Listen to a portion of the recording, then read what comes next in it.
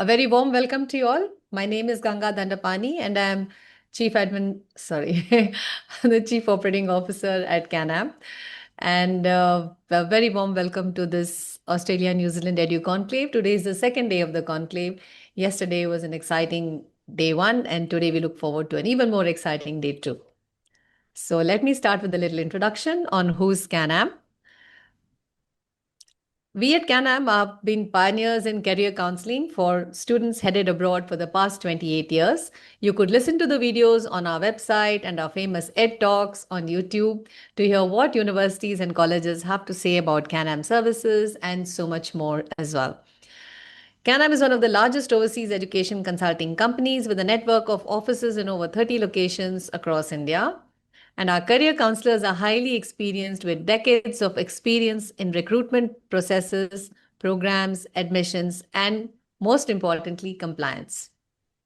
So we connect with over 2.5 lakh students and professionals each year to apply to university and college admissions around the world. Our free services include visa guidance, admission services, getting application fee waivers where possible, career counseling, interview preparation where it's needed, providing scholarship options wherever possible, and live interactions with delegates through webinars, visits, etc., like today. And 97.2% of tens of thousands of students applying through Canam get accepted into their choice of programs in our partner universities and colleges around the world every intake. We would like you to be one of our success stories. So, how do we get it right at Canam? One, high quality personalized counseling by all our highly experienced staff, AI driven smart search technology for custom match of profile, eligibility, and field of interest, direct communication with universities and colleges, and perfected ISO accredited application processing systems for over 28 years. So, for our latest updates, videos, and webinars, do visit us at www.canamgroup.com and follow us on all our socials. So, topic for this session, which is the second day of the conclave, why regional Australia and post-study work rights. Our panelists, our panelists for today in alphabetical order are Basab Pratim Chowdhury. He's Associate Director, South Asia with Deakin University. So Basab is an accomplished higher education leader with over 17 years of experience in international education, partnerships, and market development. Since 2014, he leads student recruitment, institutional alliances, and executive education across the region at Deakin University. Basab has played a pivotal role in scaling enrollments, launching Deakin hubs, and driving strategic initiatives in dual degrees, industry-linked programs, and policy engagement, positioning Deakin as a leading global university in South Asia. He's known for his data-driven approach, collaborative leadership, and passion for expanding access to quality global education. Good to have you with us, Basab. Would you like to say a few Thanks, words to the Ganga. audience?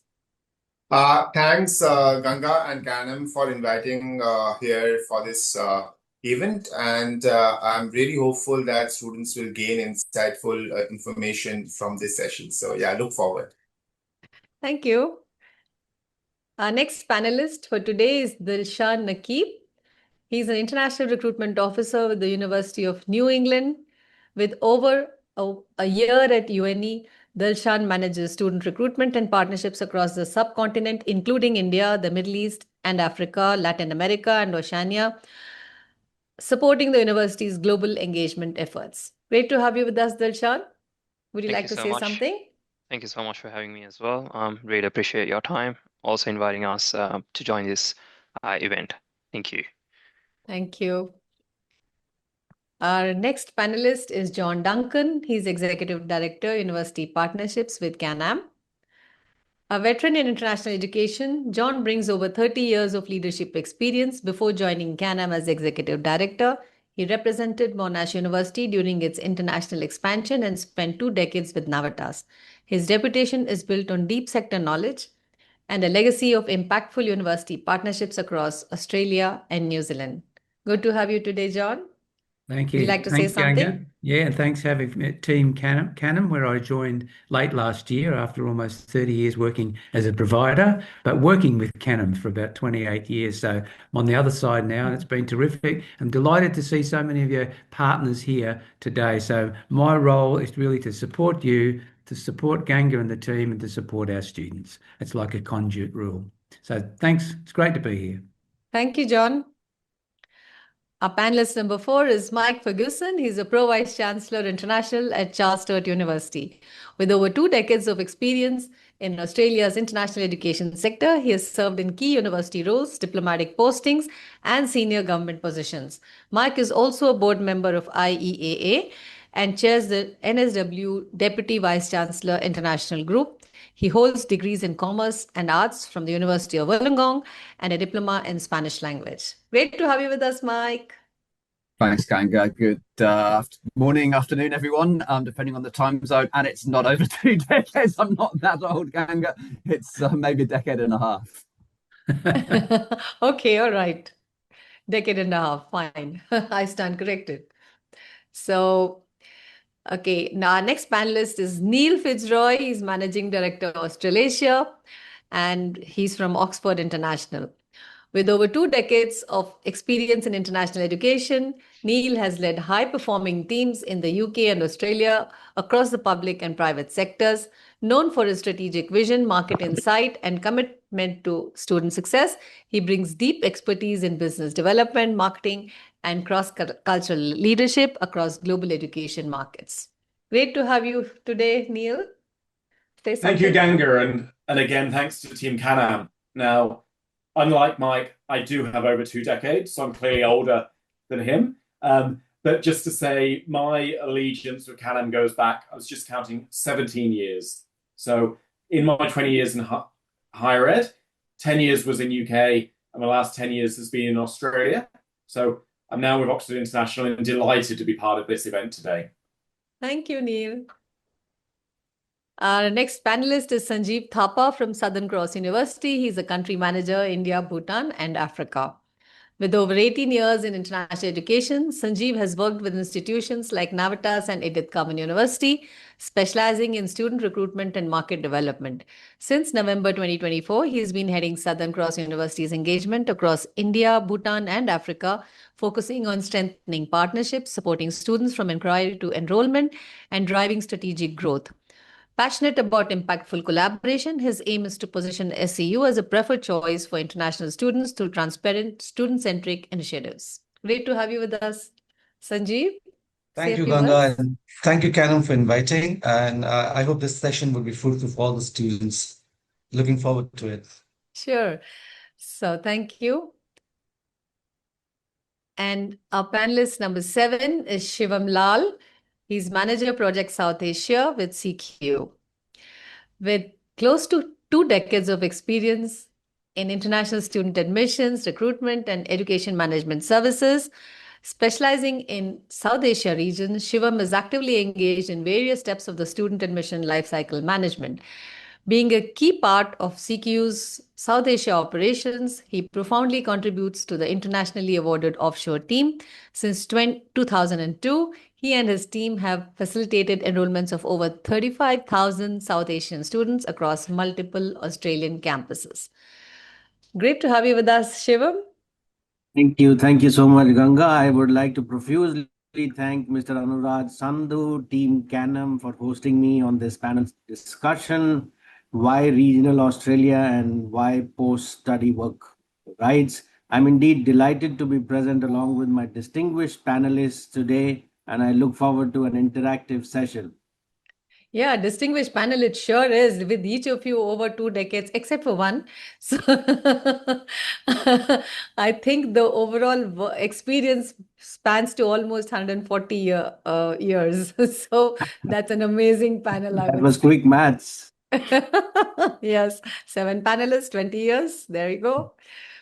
Okay, so our panel discussion, of course, starts now. And don't forget to type in your question, WhatsApp number, and the city that you're located in to chat admin in the chat box. Please don't send your questions to me. Send your questions only to chat admin.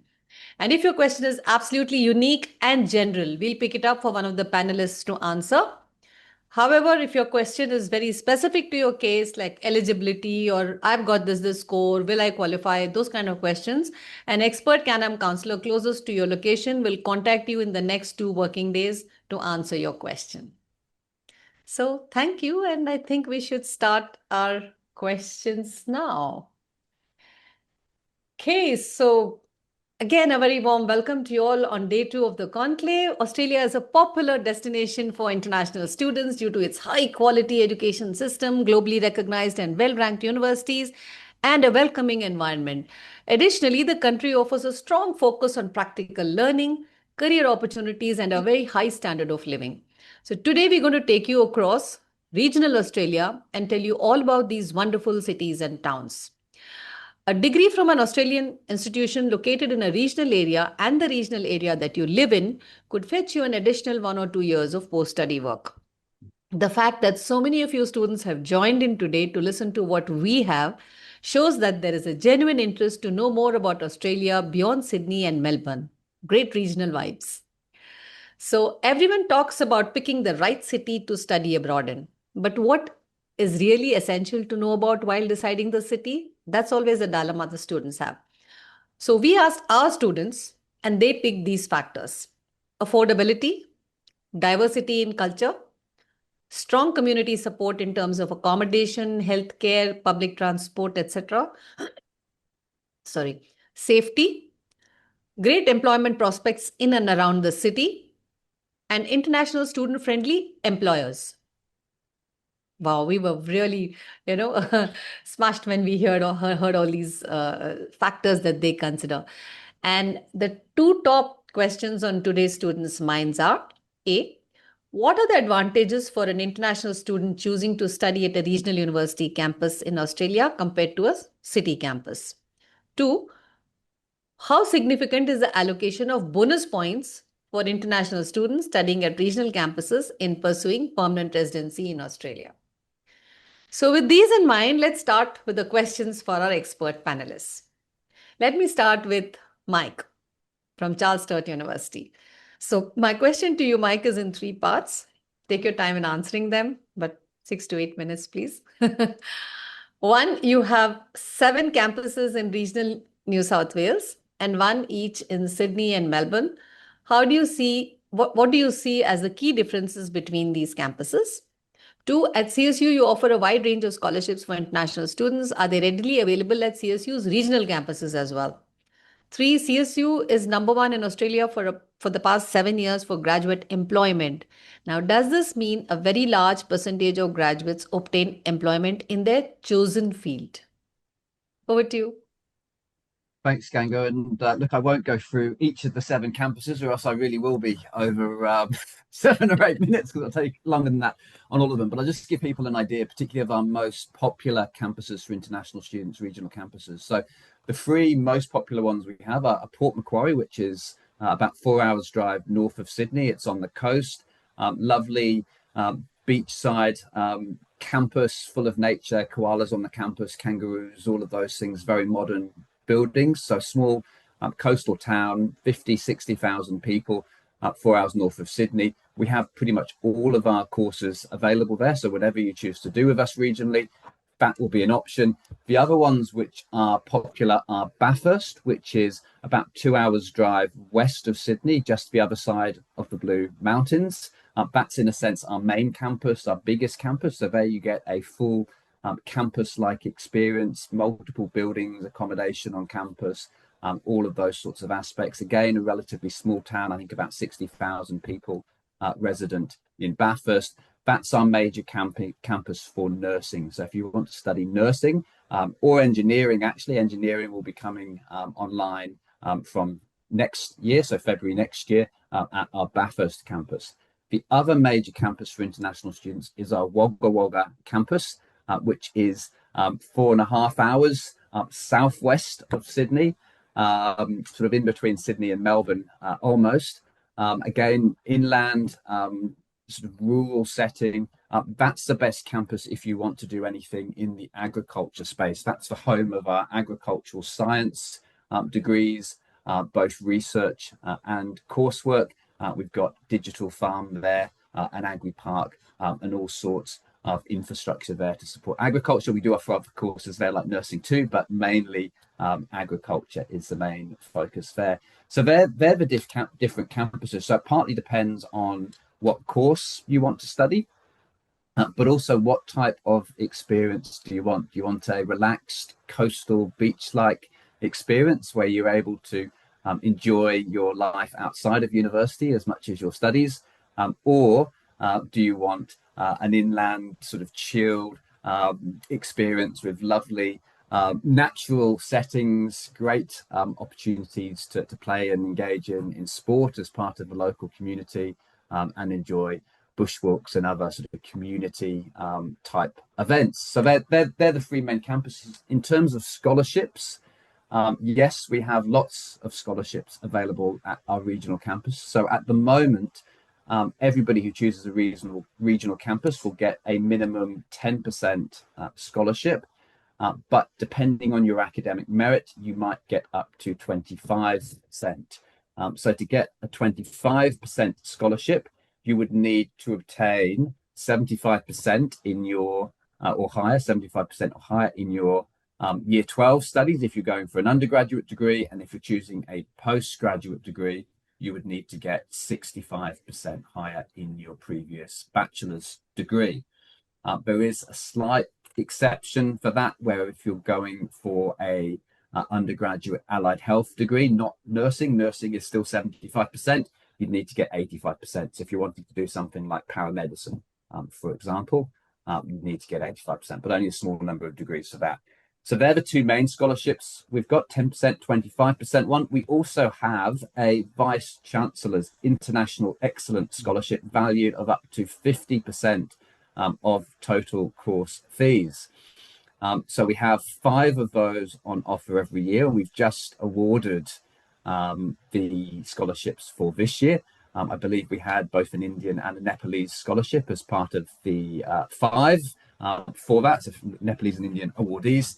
To get that scholarship, it's a competitive process. You need to perform well academically, so it's normally 80% or above, but you also need to have community involvement and or leadership. So basically doing something extra, something either could be sports leadership, it could be leading a project as part of an extracurricular activities, but the ones who won this year did all sorts of great things like helping with flood cleanups, doing work for women who had been victims of things like domestic violence or otherwise discriminated against because of their conditions, doing things to help the environment, climate volunteers, those sorts of things as well. So if you've got those extracurricular activities, it doesn't cost you anything to put in an application. And if you're successful, not only is it something very prestigious, but you only pay half the fees for the course for the year.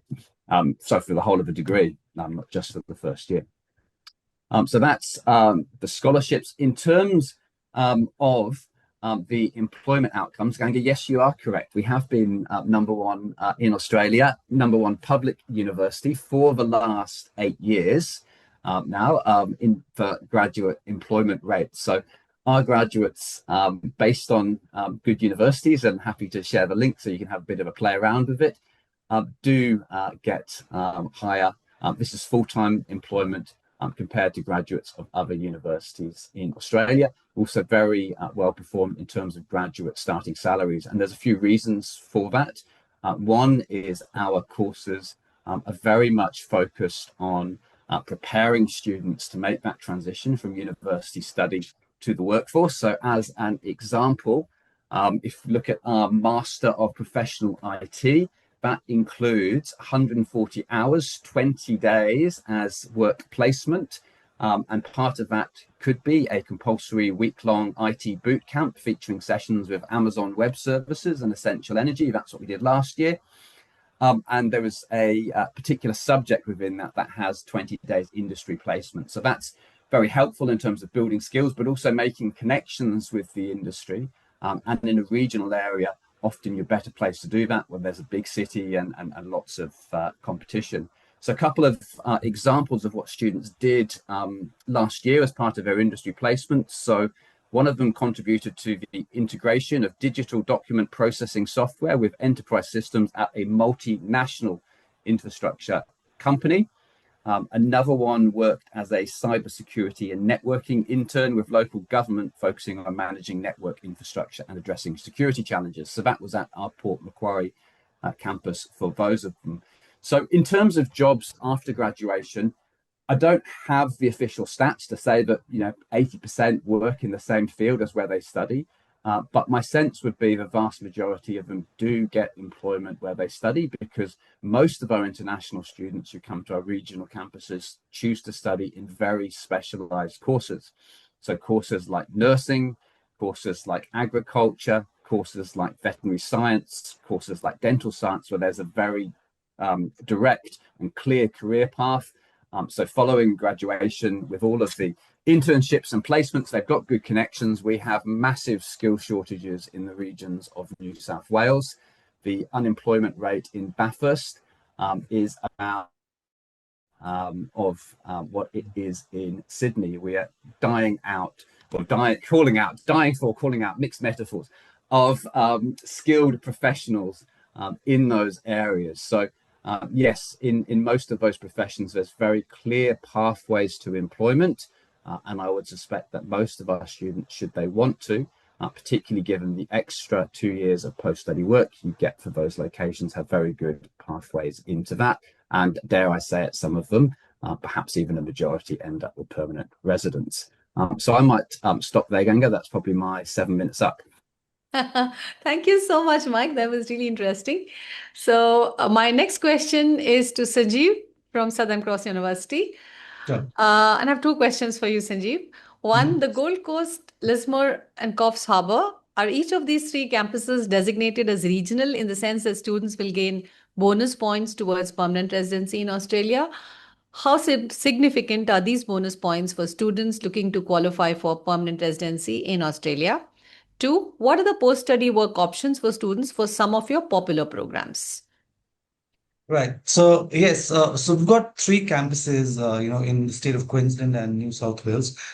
We also have campuses in Melbourne and Sydney, but since we're talking about regional, so our regional campuses are in Gold Coast, Lismore, and Coffs Harbour, which are officially classified as regional areas under the Australian government's migration framework as well. So this classification offers very important benefits for international students, particularly those aiming for, everybody aims for permanent residency, so to say. So yeah, all these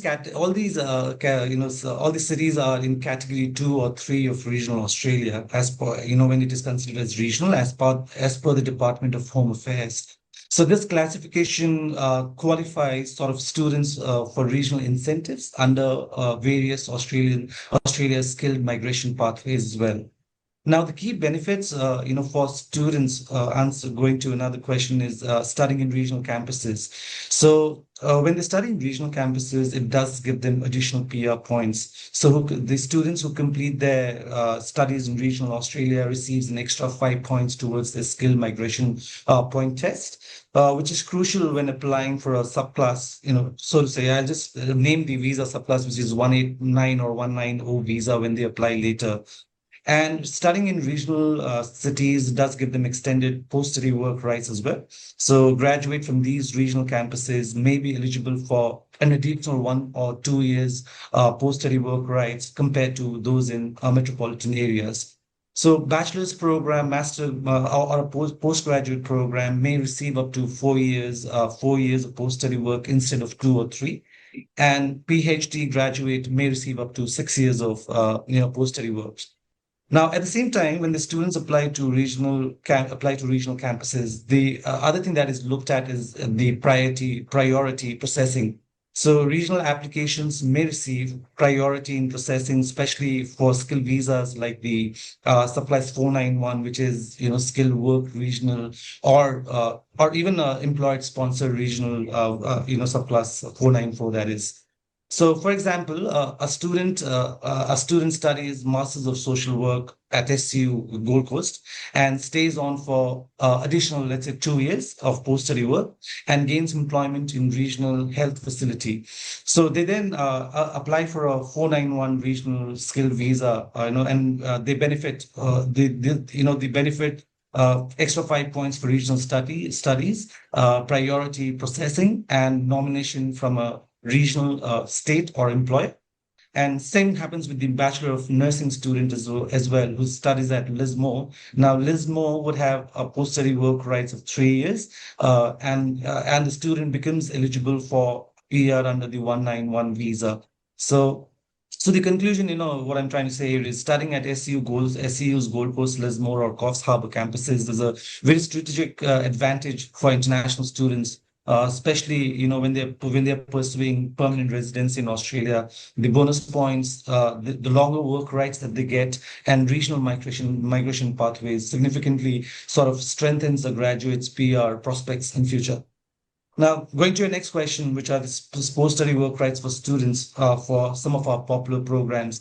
So, it's a very sort of there are a lot of options available to students graduating from some of Southern Cross University's most popular programs, especially the campuses in Gold Coast and Lismore and Coffs Harbour. So the programs that we have, we've got Bachelor of Nursing program, and we also have Masters of Nursing program. And what we have done is we've actually introduced Masters of Nursing program in August as well. So we've seen the demand, the demand for Masters of Nursing, and usually Masters of Nursing students, when they only have one intake to apply in most of the universities. But when we opened up August intake, we've seen a lot of students coming up and applying for Masters of Nursing program. So in the August intake, so they didn't have to wait for until 2026. So this gives that, the opening this intake gave us a lot of students across India and South Asia market as well. And we've got Masters of Social Work program, which again, the post-study work duration goes up to 4 years. And, it's offered in two of our campuses, which is Gold Coast and Lismore. And it is listed in skilled occupation list, ideal for the permanent residency pathways. And we've got Bachelors of IT offered in Gold Coast and Coffs Harbour, and even programs like Bachelor of Early Childhood Education. So now SU students in regional areas, they also, apart from, talking about post-study work and all, they also benefit from lower cost of living, and there are more opportunities for local employment. So, which we've seen, with most of the students, they do find an employment within the first couple of months after coming to Australia. And now, as an SU, what we've also done is, from 2025 onwards, we've introduced Access 25 and Access 26. So what this Access 25 and 26 does actually is, we've reduced all our tuition fees. So we've sort of we've made it more affordable for all the students wanting to come and study with us. So all our program free, 98% of our programs that is being offered in any of our campuses would just be $25,000 per year. So this was for 2025. Now the same initiative is something that we are keen to, we're going to take it further in 2026 as well. So now the only difference is the tuition fee now becomes $26,000 in 2026. So we offer a wide range of undergraduate and postgraduate programs, and that has high demand, especially in all the disciplines that aligns with the Australian skilled occupation list as well. And we've got different faculties, including health science, education, IT and engineering, business and law, social work, and environmental sciences, etc. So it's that's all about it. Thank you, Ganga. Yeah, thank you. It's great to see various countries and various universities around the world actually starting to align the programs that they offer with the prevailing labor market or projected labor market to really help international students. It actually helps them to figure out what they should actually be studying if they're looking for employment. Absolutely. So, yeah. Okay, so we now move on to Dilshan Nakib. He's from University of New England. At 1,000 meters above sea level, the university town of Armidale is known for vibrant autumn foliage and cool breezes in summer. As the University of New England is located in this main hub, I imagine there would be a close community feel, including for international students. So, my first question to you would be, how do Australian universities help international students adjust to regional areas such as yours that are different in many ways from big cities? And more importantly, what expectations should they have when they come to you? Second question would be, do you offer programs that are unique to UNE in Armidale that are not offered by other universities in NSW? And there's also a third question. As the main industry in Armidale seems to be agriculture, forestry, and fishing, what kind of part time jobs and future full time jobs can we expect students to get? Thank you, Ganga and Canam team. So most importantly, we get a lot of, students coming from overseas, especially from Nepal, India, subcontinent, other cities as well. As an international student, when student comes, the first thing they probably might have culture shocks, because the environment is quite different as well. And coming to a regional place, where especially if you live in Delhi or Mumbai, you get more than, millions of people, but coming here, it's going to be a shock because the population is 30,000 approximately here in Armidale. Mostly, across most of the regional cities in Australia, the population is very less. So where certainly, international students would be finding it a bit difficult in terms of adjusting or, having that culture shock, adapting yourself to a different culture as well, because Indian culture and Australian culture is way too different. So they probably might be a bit cynical, to step into the community. So that's why we've got a international student services where we provide, um, super good, environment to fit in yourselves. So one of the things what we do is that, at student support services, we maintain and strengthen every single aspect when it comes to academic skills, well-being, their health, every single thing. Because at uni, we tend to, we try to support, international students in terms of meeting their student needs, and also which is aligned with our missions and responsibilities as part of, quality higher education provider. So these are something that we look into very closely, because at the end of the day, we don't want anyone to be left alone. And that's something that we take care of, because mental health is something which is very, very crucial when it comes to, associating, coming from a bigger city, and coming to a small place. It's really important that they're quite stable, and it's really important that they are feeling comfortable when it comes to their academic as well as social life as well. One of the things that I really want to highlight is that, recently, UNE International, we literally hosted an event for boosting on-campus students, which is also ConfiCon. What does it mean by ConfiCon?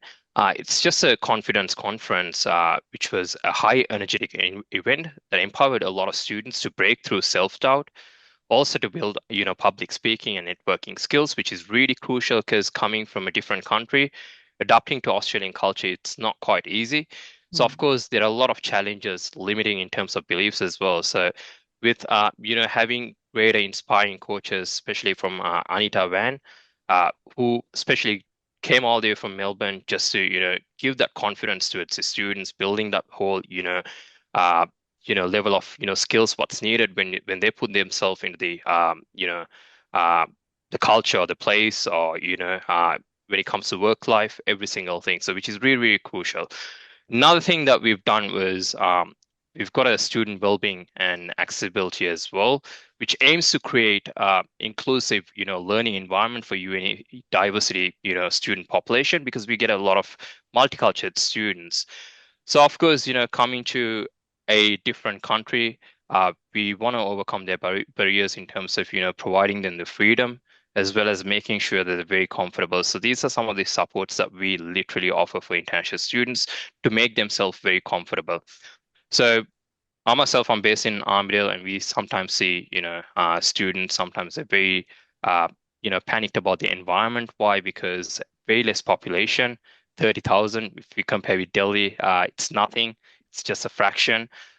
So we want to make sure that, they adapt themselves, into this environment. Hence why we've got a lot of support, and we've taken a lot of initiatives to welcome international students and give them a lot of freedom so that they enjoy their study as well as their life as well. Talking about UNE, every single university, they do have their, unique courses. So when it comes to University of New England, animals and agriculture is one of the most popular courses that I'd say, and one of the most unique courses. The reason why our location is in regional northeast New South Wales, which is like 5.5 hours drive from Sydney, or 1 hour away, via flight. It's an ideal for study in terms of animal and agriculture related science. We To elaborate more, we've got nearly 8 smart research farms, which covers around more than 3,000 hectares in, farms in size. So our Center for Animal Research and Teaching, which is also known as CART, has state-of-the-art integrated animal housing and handling facilities with allied labs, as well as dedicated research and teaching facilities for students. Now, this gives a very unique experience towards the students to get first-hand experience, not just theoretically as well, but also practically as well. Now, we offer more than 180 plus courses for both undergrad and post combined, with all majors, including animal related, agriculture. Also to mention as well, we've got students that they can choose to specialize in a valuable subject, which in their area of choice when it comes to agriculture or animal related. In addition to these two, Master of Nursing practice as well, which we've reintroduced in 2025 October. Now it's only offered in one intake, which is October. We've got more than 150 available spots for international students. It's a quota based, but if you compare, we've got a higher number of quota as well, more than 150 plus. Again, it's one of the booming courses here. We do get a lot of students from India, Nepal, these sort of regions as well. So again, on top, we've got all the IT programs where we offer for international students, starting from AI, cybersecurity, computer science, so a lot of various other data science as well. So for both undergrad and postgrad students. Now, when it comes to jobs, something that I really, really want to highlight as well. Unlike the bigger cities, yes, you're going to have a bit of challenges. But when it comes to jobs, I'm not saying it's easy to get. At the same time, I'm not saying it's impossible to get. One of the things that student has to have a mindset is that how you're going to put yourself into the market.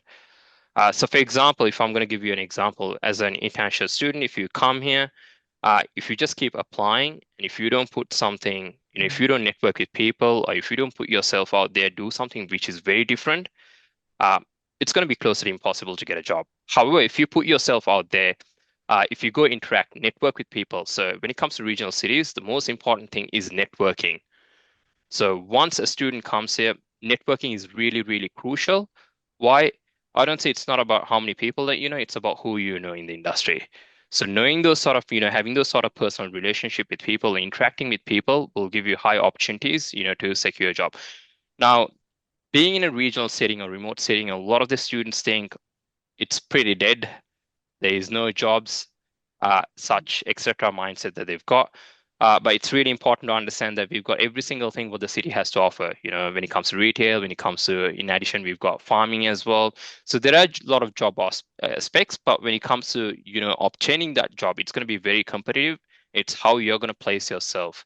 So as an international student, so if a international student comes to Armidale, so there are so many part-time jobs available. You can work in the service stations, restaurants, bars, retail outlets, farming jobs, because rural area, you're known for farming as well. So which is one of the added advantage where you can't find it in the city. So where students can, put themselves, into these sort of, mass market aspects as well. So it gives really good opportunity. Like I said, again, it's about how you're going to place yourself, into these areas.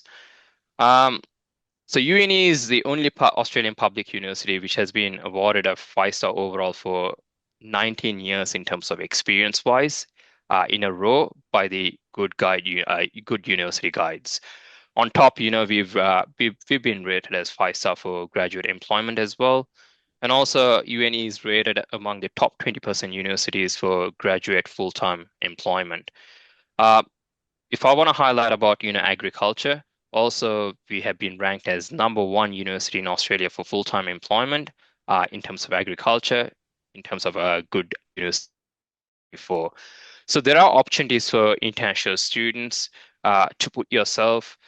We've seen a lot of students, who come and secure a part-time job opportunity while studying as well.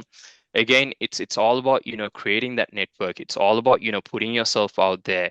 If I'm just gonna, if I'm gonna sit and just apply for jobs, perhaps if I'm lucky, I would be getting. But if I try myself, if I go out there and network with people, seek for more opportunities, if I put myself, if I outcase myself, rather than sitting at home just networking with people, there are opportunities to get, in terms of part-time as well as full-time opportunities as well. End of the day, it's really important when it comes to getting a job, having, Australian experience, also understand the culture, because you got to fit into the culture as well. These are the two main key aspects in order to get a job.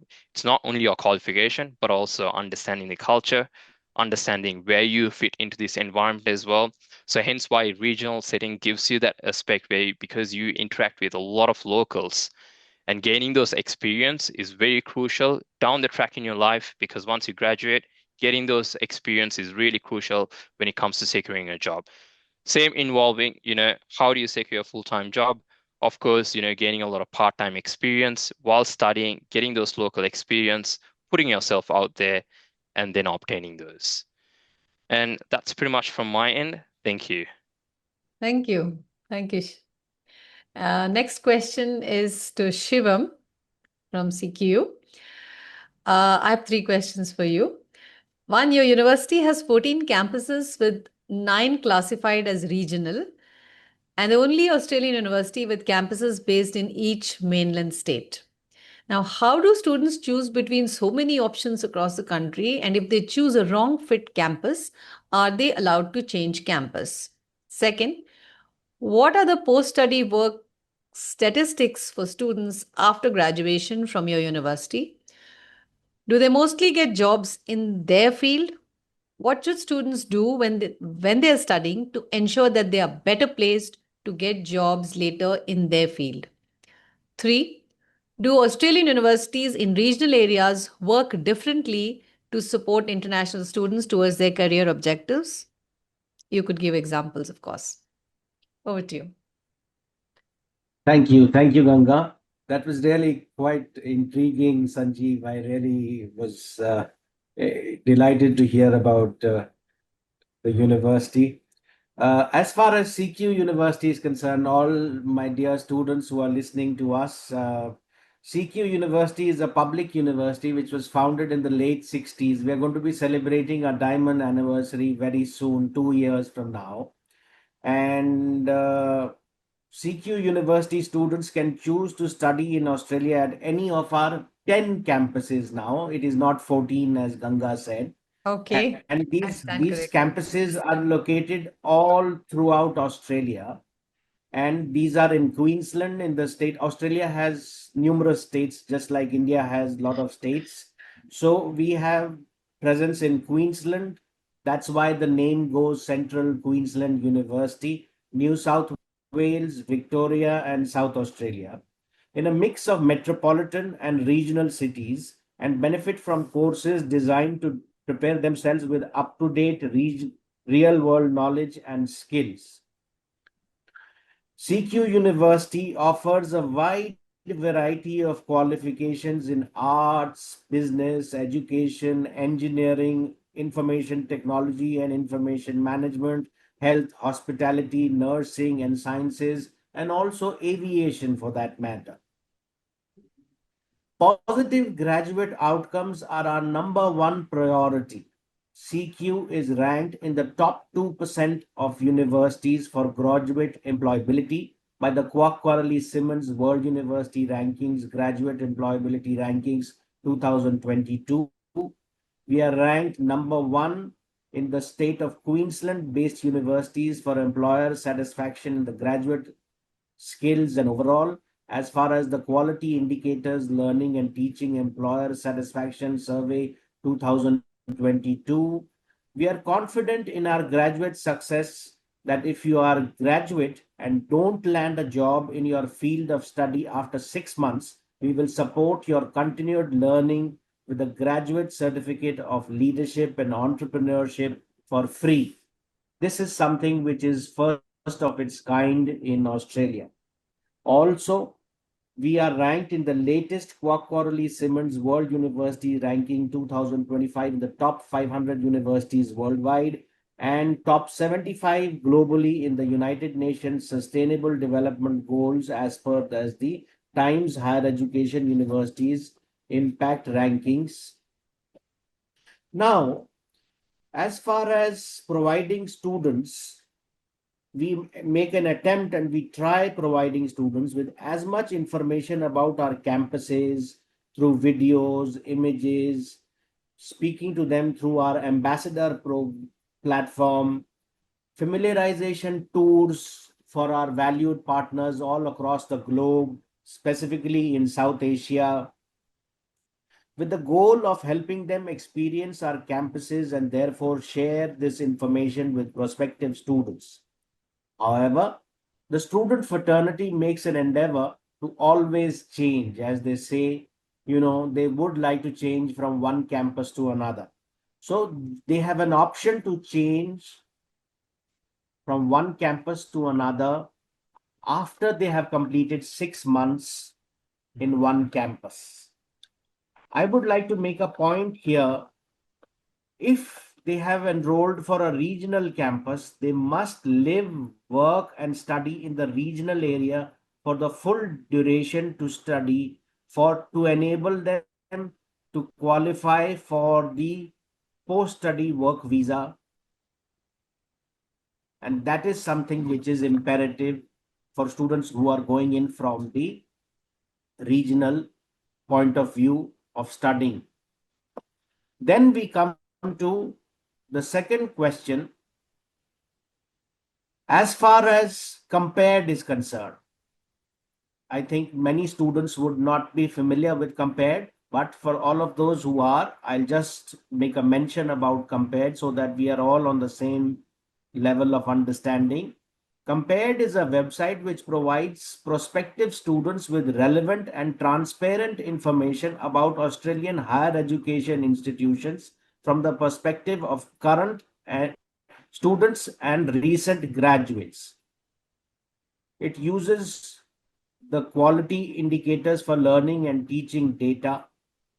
CQ has an employment rate of 89% and 94% for undergraduate and postgraduate students respectively. The majority of these students find jobs within their field, and we encourage all students to participate in an internship, which is a part of most of the CQ courses, which provides them with the professional networking opportunities and Australian work experience. So, if I had to further say something, our institutions, whether it is me or my distinguished panelists, are all regulated and assured by TEXA. The third part was related to Australian universities in regional areas doing something differently to international students. It is not particularly doing something differently. It is the university being singularly located in that regional area of central Queensland. We have outstanding employment opportunities as the only students graduating in the region are CQ students.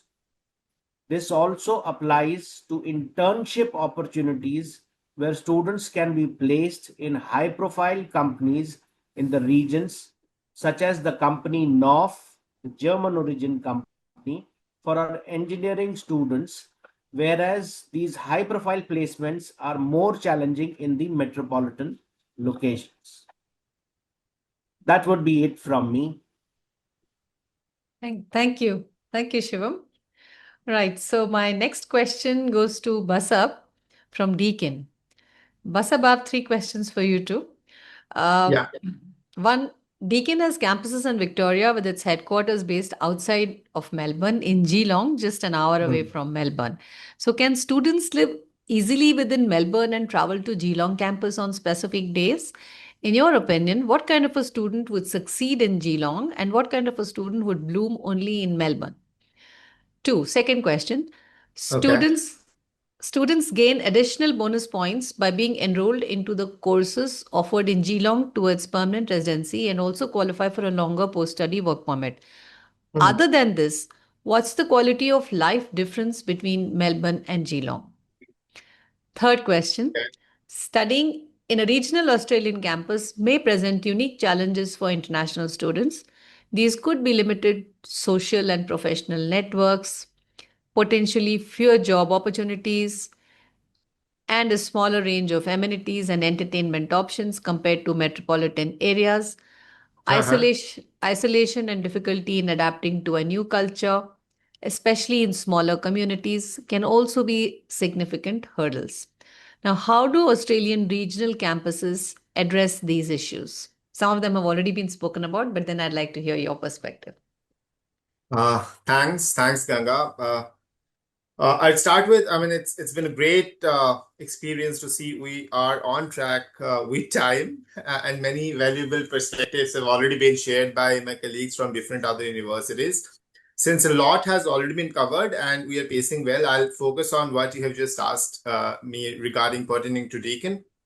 So when it comes to kind of moving between Geelong to Deakin, I'll first start with the fact as to why Geelong stands out as a regional campus in Australia.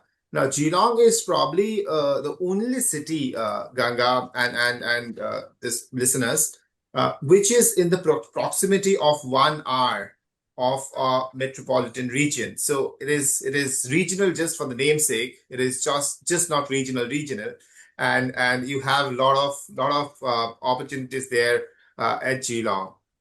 When it comes to one of the unique advantages that Deakin has is just the fact that all our research centers are based out of One Pond campus. Many students choose to live in Melbourne for its vibrant city life experience, and it is also because of the fact that not many courses are offered in Geelong, but Geelong is something which actually paves the way for them to do their research, have industry track. And Geelong, you all must know that it is just not the second largest city. It is also the industrial hub for the state of Victoria. Coming to who should be looking at Geelong, who thrives where, and who should be studying and how they should be deciding whether or not they should be going for Geelong or Melbourne. Geelong is ideal for students who value a supportive, close-knit academic community and want to be a part of region that's growing rapidly in innovation, technology, and health sciences. Our Geelong campuses, both One Ponds and Waterfront, are home to world-class facilities like Center for Advanced Design in Engineering and Training, the Institute of Frontier Materials, Victoria's first regional-focused medical school.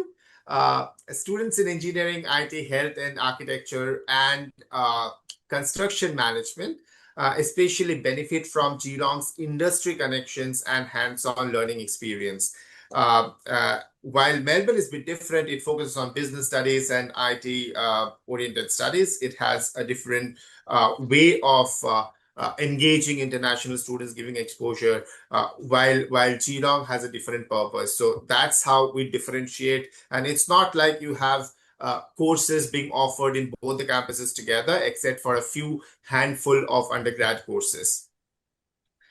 If I'm not wrong, Ganga, the second question that you had asked was about getting bonus points by enrolling into the courses offered by Geelong towards PSWR. And what is the quality of life difference? Yeah, I'm coming to that, and probably I'll actually relate that with what I say now in terms of how they get it. So the regional advantage is real and significant. Now, graduates from Deakin University are eligible for extended post-study work right up to 4 years compared to their metropolitan peers that were studying in Burwood campus in Melbourne. This not only gives them more time to gain valuable Australian work experience, but also awards extra points towards PR residency. I'm not really sure if I should be mentioning and promoting that, but there's something which is important from the other standpoint, wherein I want to help students to know if they really want to contribute to Australian economy, how this regional campus is going to pave the way for them to reach there. In terms of quality of life, Geelong offers unique blend. It is Victoria's second largest city with a bit, I won't really like to call it as laid back, but relaxed coastal lifestyle that's more affordable than Melbourne, number one. Number two, you have easy access to some of Australia's best surf beaches, a vibrant food and creative scene, and a strong sense of community, which is not there in Melbourne. So what really happens, you can always imagine students who are coming from tier 2 cities of India going to Mumbai or coming to Gurgaon Tech City, they find it a little difficult in terms of adjusting with the crowd. But it's not like how it happens in Geelong. Students who really study in Geelong, they find that there is a bit of belongingness. People there are receptive to international culture, students coming from different walks and cultures of life, and very, very welcoming in terms of providing them with an atmosphere for international students, which is really congenial to their growth and development. So I'll not contrast Melbourne here, but it is equally good. On the other hand, it's a global city, fast-paced, endlessly diverse and full of cultural events. But if you are not really looking at that, if you want to build yourself wherein you want to have a blend of slow-paced life at the same point of time, earn a lot of money, save a lot of money, Geelong probably happens to be the best place. And it's just 1 hour ride from Geelong to Melbourne. So wherever you want to go to Melbourne, you can travel and spare 1 hour. It's way too higher in India, though, if you want to travel from one place to the other. Third question, correct me, Ganga, if I'm wrong here. As far as I remember, it is about studying in a regional Australian campus. It may present challenges to international students and stuff like that, and how you build professional network and how it actually leads you to a point wherein you get graduate help with the graduate employability aspect. Right. This is a very, very crucial question, and this is the bottom line for all students, all viewers, because if you're shelling out that kind of money, what exactly come 3-4 years down the line is something that you got to be looking at. So Deacon, before I go there, I'd like to probably enlighten a few of our viewers who might not have done that research. Deakin was the first university to support students with recruitment, on-campus recruitment. We don't really want to use the word placements here in Australia, but it is more towards helping them with the employability aspect. So Deakin Talent came up. It sort of engages you right from your first semester, wherein you are being instilled with the values, the attributes required to be employable. Now, I've always been saying that while I've met students, spoken to different cohorts, that being graduate with a 9-pointer does not necessarily mean that you are employable. Even a 6.5 pointer and 7-pointer can be employable.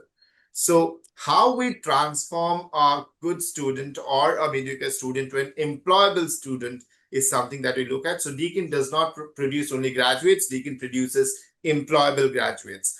Now, our Geelong campuses are vibrant, inclusive communities. We offer a comprehensive range of student support services, from dedicated international student advisors to peer mentoring. Peer mentoring basically means students who are senior to you, might have come there, might have experienced, might have seen it all. They handhold you there. And well-being programs being run by Deakin University Student Association, a completely independent body without any intervention from the university. There are dozens of clubs, societies, and cultural events that help students build connections quickly. On the professional side, Geelong is a city on the rise. It is a hub for advanced manufacturing, health, education and technology with strong industry partnerships that translate into internship placement and graduate jobs. Our students regularly engage with local employers through career fairs that we organize. It though varies between school to school, faculty to faculty, but we have a lot of networking events and industry projects that actually bridges the gap between the study and the employment. For amenities, Geelong is anything but isolated because it has a lively city experience, great restaurants, live music, sports, and easy to access coast of Melbourne. Geelong has the best sports infrastructure. We have a MCG size stadium there, so students who are sports enthusiasts, they can actually pursue their interest within the campus. Geelong One Pond campus, to enlighten you, is also the largest campus in terms of area in entire Australia. So there are a lot of things, and the best part about it is VT. Many of you who have been there in the Victorian states, visited Melbourne, you know VT, Victorian Transport, is the best transport system, public transport system in Australia. And there is frequent public transport which are available to shuffle between the campuses. In a nutshell, in summary, to everyone, Deacon's unique setup, world-class facilities in both metropolitan and regional locations, seamless connection between Melbourne and Geelong, and a deep commitment to student success means our students don't have to choose between opportunity and lifestyle. They get both. And with the added advantages of extended post-study work rights and strong pathway to permanent residency, Deacon's regional campuses are sort of it gives you fillip. It is a launch pad for ambitious, global-minded, aspirational students. So this is what I have to say, Ganga. But I think I'm not really highlighting all the courses that we offer. Deakin offers 500 different courses, and you walk into Canam office, ask about any program, you'll have something at Deakin. And trust me on one part, that when you choose an university, and I strongly agree with one of the colleagues, I've forgotten who, but has mentioned about compared.edu.au.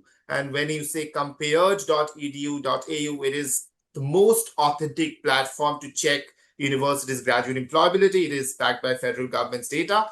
So you check on this first, and you check on if the course that you're going for has the right accreditation or not. So here I conclude, unless Ganga has something more to ask. Thank you. Thank you, Vasant. That was great. And my next question to Neil, who's Managing Director Australasia for Oxford International Education Group. I think OIEG recently entered into an agreement with the University of Notre Dame, Australia, with campuses in Sydney and in Fremantle in Western Australia. So tell us something more about this partnership. Is it a pathway? And the second question, why would students choose the regional Fremantle campus in Perth instead of, let's say, Sydney? Sure, and thanks for your questions, Ganga. First of all, so Oxford International is an organisation that's 30 years old and has predominantly operated out of the UK and more recently Canada and the US. Now, Oxford International expanded into Australia 18 months ago, and the University of Notre Dame was looking for a strategic partner to develop their international strategy. So this is not a pathway. This is a partnership that works to expand awareness of the University of Notre Dame and work to support their pipeline building, applications, conversion, and basically getting the students all the way into direct entry in the university. So we act as an extension of their international office. Because their existing operations were relatively small, it was pretty unique in Australia. And in that 18 months, we've really built up a strong partnership to expand their reach globally. The second question, Ganga, around regional and why Perth. I'll take a bit of a step back, if I may, and also just dissect that definition of what is regional Australia. I think I come from the UK. I've been in Australia 10 years. The word regional for me conjures up images of small towns and villages. Now, I think really importantly for this purpose in Australia, regional is anything that's not Sydney, Brisbane, Melbourne. So when we're looking at some of the cities beyond that, which many of us here today represent, we're not talking small towns in many cases. We're talking major global cities. So Perth, many of you know, has over 2 million citizens. It is just the definition of regional. So I think we need to be really clear that for today, we're talking about anything that's not Sydney, Brisbane, Melbourne. If I compare back to my UK days, the only equivalent we would have is if you said anything outside London. So using that same threshold, those cities of, those small cities you may have heard of Manchester, Birmingham, Liverpool, Glasgow, all of them under this same definition would be considered regional. I think that's really important that Australia, including places like Perth, Gold Coast, Wollongong, a range of places, are highly developed. Some of them are major cities in their own right. Some of them, as I think a couple of my colleagues have said, satellites or suburbs or within very close distance of one of the other cities I've referenced. At that point, I'll also remind anyone listening that Australia's land size is huge. So we are 2.3 times the size of India. To get from one Notre Dame campus to the other is a 5-hour flight. This is a big country, but our population is tiny. So our population is less than New Delhi. So again, when we talk about some of these definitions, I think it's well worth remembering that we're not comparing apples and apples. And all of the destinations we're talking about today, including Perth, including some of the other places, are highly developed, are technologically advanced, are safe, have excellent transport links, have international airports, so are amazing places to come. Coming back to the question more directly, Ganga, I am one of the 32% of Australians that was born outside of Australia. We are a migrant country. Many of us, that's resident Australians, were born outside Australia.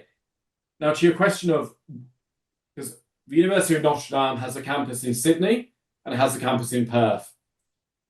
Picking up a little bit on the Perth side of things, Ganga, first of all, the obvious statement is it is considered a region. So you're in a city of 2 million people, but you're getting the benefits, as my colleagues have said, of potentially extra post-study work rights and onward opportunities in Australia. But Perth's an amazing destination in its own right. It's a very European feel city. And certainly where the University of Notre Dame is in a suburb called Fremantle. So that's a town of 30,000 people by the beach. So from a campus to the beach is 150 meters. It's about as close as you can get globally. But it's a tourist town. Many of the buildings date back to 1890s. Now, that's pretty much as old as modern day Australia. So you've got all of that history and European feel, but then you've got the industry, which in Perth is, obviously there's a significant part of mining, resources and energy, but there's also a lot of professional services, some of the big four consultancy firms, healthcare, etc. Because that side of Australia, of course, is in the same time zone as Singapore, it's in the same time as China. So you've got 25% of the world's population in the same time zone as Perth. Now that is tremendous for industry, for engagement. And of course, that hub of Singapore is only a 5-hour flight away from Perth. So you've got all the benefits of Australia while being really close to Asia and the rest of the world. In the sense of, for the University of Notre Dame, almost all of their courses are available in both Perth and Sydney. So in Perth, and it's the main campus, although it's a very similar size now to Sydney. There are amazing courses around, obviously, health science, education, law, business, nursing. So you've got all of those areas to, as my colleagues have said, that many of our universities excel in. It's all about skill shortages. It's all around what Australia needs for its growth. I think that gives an opportunity for valuable work during that post-study work experience that allows students to really benefit from that time in Australia. It also, the benefit Notre Dame has as well is less than 10% of its students are international. There are some Australian universities that have a really high proportion of international students, particularly some of those around Sydney, Melbourne, Brisbane. Now, that's really valuable, but what certainly Notre Dame and some of the other universities here give is a really fundamental Australian experience with a much smaller proportion of international students. Now, I spent much of my career selling pathways, where we talked about small class sizes, lots of amazing extra support, that you were known that you were more than a number, that you weren't sat in a lecture theatre of 500 people. And certainly for Notre Dame, we don't need pathways because that is the whole university. That is the ethos, that's the teacher mentality. And again, looking around some of my colleagues here, I know that's true of many of the other regional universities as well, that you're coming here to forge a future and you are known rather than just being one of many people. So Ganga, I'll pause there, but that's some of the reasons. And I'll just come back to Australia's an amazing place regardless of where you come, but come outside of those three big cities. Thank you, Neil. And next is John. Yes, John from Canam. Thank you. Coming from a regional background in Australia, what overall advantages do you see in student life in terms of program choices, part-time job opportunities, local employers offering jobs to international students, living benefits, etc., by choosing regional universities in which to study? I know a lot of it has already been addressed by most of them, but I want you to give your perspective all in short, like a summary. Yeah. I'll be short, like yesterday. I'll be short. I just wanted to say firstly, I'm in that 32%, as Neil Fitzroy. I was born overseas, migrated here. I grew up as a very young boy in what we would call a village of 2,000 people up in northeast Victoria, which was an hour's drive from Mike Ferguson's university, Charles Sturt, Wagga Wagga in Albury. So if I'd had that opportunity then, all those decades, would I have chosen those regional campuses? There'd be very good reasons to have done that. Moving on from there, it's quite interesting about Neil's points about the definition of regional.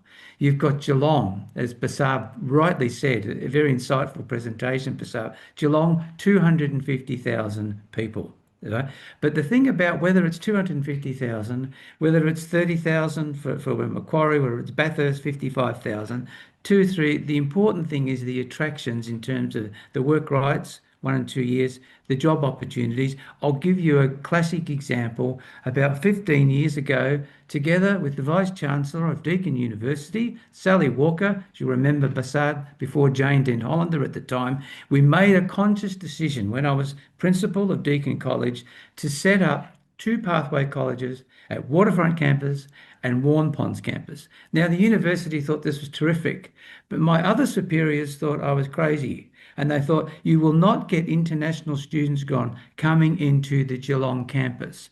We got an amazing amount. It took time, but the students who were able to do nursing and commerce at the Waterfront campus at Geelong engineering and IT, and those who did really well have called medicine, which was many international students eventually, because they came through doing 3 years of a biomedical degree. So you go postgraduate entry into medicine was phenomenal. So it was terrific to be able to say, yes, you could do it when people thought, no, they'll never venture out of Melbourne. And as Basad said, it's only 1 hour from Melbourne to Geelong, but some people think it's an eternity away, and it's not. The other thing, the bias comment about regional campuses, no matter what the size, and it's been a hard act to follow of all our great presenters today, they are welcoming. They're small communities. The cost of living is lower. I can say that the accommodation at the two Geelong campuses was first class. And I know that's the case with the UNE and other campuses. So the accommodation's there. You can't say there's thousands and thousands of job opportunities there. But what I've seen in recent trips through the Geelong and also Warrnambool, where Deakin University has a campus, regional campus, 3 hours from Melbourne, the amount you find out students that you meet in cafes and restaurants and at service stations in Geelong, it's amazing. And I think, oh, you're studying at Deakin. Yes, I am. So the amount of times that has occurred is more than a coincidence. So they have been able to get part-time jobs. As someone was saying before, it's who you know. As a colleague Nixon was saying, it's who you know there as well. So they are friendly, and there's some comments made yesterday, and I wasn't sure about the nature of them, but they were said Indians are conservative, they're shy in the first instance. Many are, some are not. Some are right out there. But those who are would fit in very well to regional communities where there is a lot of caring and sharing, and they're very, very personal communities in order to support any isolation or different. So I don't see regional communities. They may be isolated from the city, but they're not isolated in themselves. Whether you see it's a village, a town, a regional city, they're all there, and they're excellent places at which international students to choose. So that's my own experience growing up in a very small village, and also setting up colleges, pathway colleges for a major university outside of Melbourne.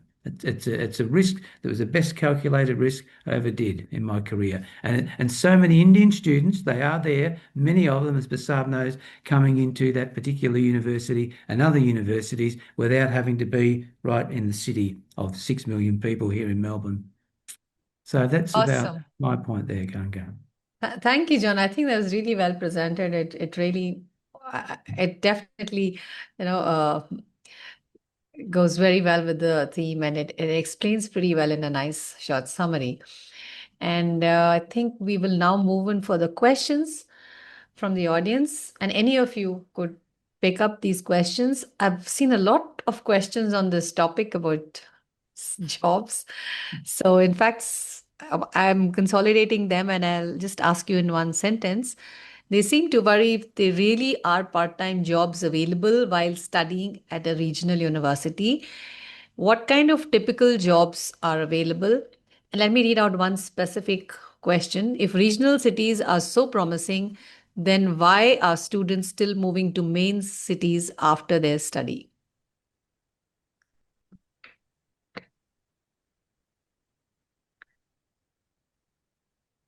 Who you want to guide us? Yeah, any of you can pick up the question, please. Well, and everyone can add probably.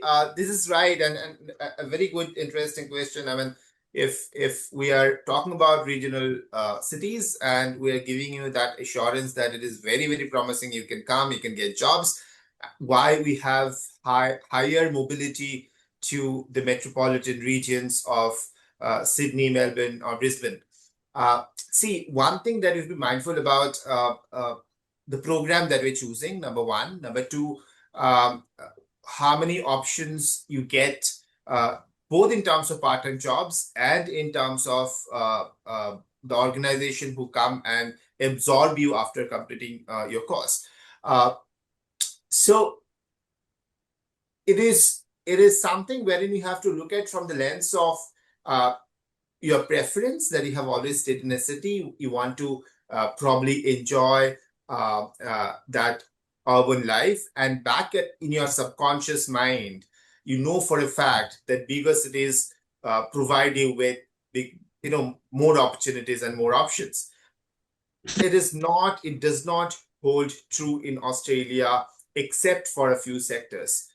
If you're looking at banking sector, if you're looking at IT sector, IT service sector, then Sydney, Melbourne definitely comes into the fore. But when it comes to engineering, manufacturing, and all of those stuff, it is regional, which actually has a lot of opportunities. Now, not even a single manufacturing unit is there in Melbourne except for Port Melbourne, right? You have most of it located in the vicinity of the regional areas, and that's where you build your career.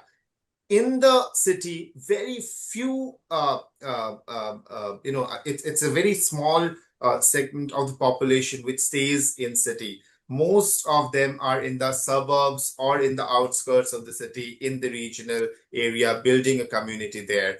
And as a student, what you must be looking at, saving costs, getting the right culture, because if you stay in Melbourne, you do have option of staying at your own convenience, probably not on campus, and you tend to belong to the same community that you've come from. You will try and stay with Indian students. That is not the essence of studying abroad. You have gone there, you want to rub your shoulders with people from different cultures and walks of life. That's why you have traveled, fly 10,000 miles away.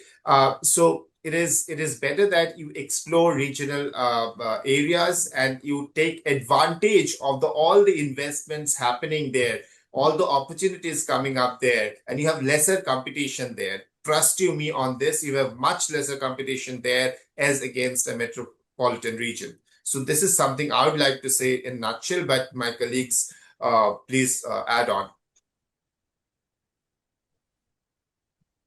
I think that was pretty well said, and you almost said everything but there's one perhaps thing that I really want to emphasize is there's majority of the students, when we talk about Australia, they know about Sydney and Melbourne, so they're not properly. I mean, they would not know about cities such as Gold Coast or other regional places, and I think this is something that we are trying to work on, wherein we want students to be aware of the regional cities and the benefits that it could offer. The reason why they choose Sydney, Melbourne is also because of the fact, is the community. So, for instance, they have there's a lot of Indians you would find in Melbourne, and a lot of Nepalese in Sydney, and so it's even and a lot of students from Bhutan, they prefer going to Perth because of the community that they have. So, which does make sense, but in the end, because when a student talks to his friends and says and ask where is he in Australia, they say Sydney, but they don't know where in Sydney they are. So they take Sydney as a city, and that becomes their first choice. So yeah, a lot of work that we're doing in terms of letting a lot of students know about regional cities, and we've been working with a lot of study Gold Coast, etc., to let the student know and make them aware about regional campuses and cities as well. So yeah, that's one challenge that we've always faced as a regional campus. That's why this topic today. Absolutely, yeah. And adding to those 2 points as well, I believe, family has a huge influence, because you see a lot of students, they've got family members living in the bigger cities like, Sydney, Melbourne. And I think the first thing, they think is, because my family is there, I'm going to feel comfortable in that, within that circle itself. I reckon if they think after 6 months coming here, they would pretty much disappoint themselves, saying that, I've done the wrong thing. I wish I could have gone to a regional site. So we see a lot of students actually, after completing their studies, they eventually go to bigger cities. Mainly, perhaps, I could think, because of their family. But of course, they would be having a bound towards, towards regional. They will be having a soft place towards regional, but eventually they'll be moving only because of family members, and that's probably, perhaps, I could think, one of the biggest reasons, along with jobs in terms of IT sectors and stuff. Okay, I'll move to the next question. Does entry requirement for eligibility reduce if I apply to a regional campus of a university? And also, do regional campuses have high quality faculty? So Gango, I might answer that one if that's okay. And the answer to that is absolutely not. So certainly from our university, between our metro and regional campuses, there is no difference in terms of academic requirements to get into a degree. the quality is exactly the same. That's really important in Australian delivery from a TEXA perspective. You have to give equivalent student experience and quality across your sites. So a regional site or campus should not be seen in any way as having a lesser standard. It is very high quality education. And in many ways, you're actually benefiting from having a full campus experience with some very well credentialed academics there. I guess the reverse of the previous question is, yes, we do see people go from regional locations to metro locations, but we also see a lot of people go from metro locations to regional locations to work. And our university has been able to attract large numbers of senior academics to move from metro locations to come to regional locations because they like the lifestyle and environment. So very high credentialed academics and very high quality, I think, is the message. Awesome. Next question is, do regional area universities in Australia have high quality on-campus or other forms of accommodation available near the campus for intending students from overseas? Yes, I would take that. As in, CQ University has campuses which are, I think, 7 in number, and the regional areas, which are all category 3 cities. And we have the Capricornia College, which is student residences for students who are wanting to study in these regional areas. They are well-stocked student residences, which take care of all student needs. Our metropolitan campuses are having all third-party accommodation, which the university does not own, as I would clarify that. But the regional campuses have accommodation which is owned, which is in only 2 campuses. One is Rockhampton and the other one is Mackay. Okay. Next question. If I study my master's degree in Sydney and then work in Adelaide after course completion, will I be eligible for the second post-higher education work stream?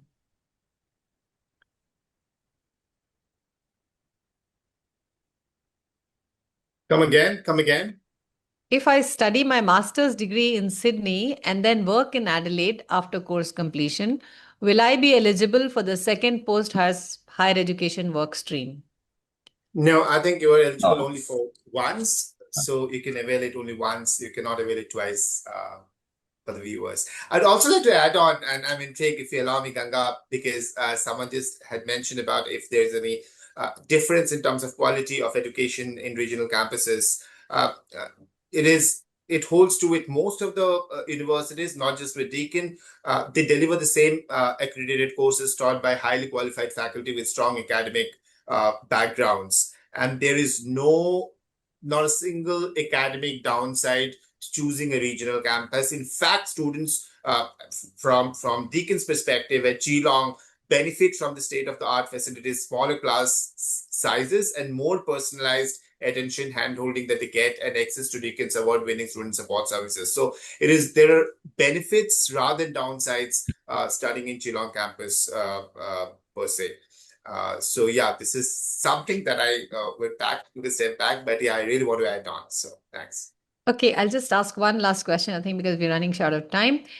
If I study in one of the universities in regional Australia, will I be allowed to register with SEEK for jobs? Yeah. Of course. I mean, that's not an impediment at all.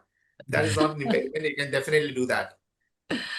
Okay, so from well-being activities to networking events to sporting events to industry connections to local employers welcoming international students to unique stuff like ConfiCon, I think regional universities have it all for you. And with that, we Yes. come to the end of this absolutely smashing Q&A session. This year, we are observing more than ever, students are focusing not just on lower tuition fees or scholarships, but in the larger context on the return on investment that they can anticipate through post-graduation employment, settlement opportunities, career supports, and graduate outcomes.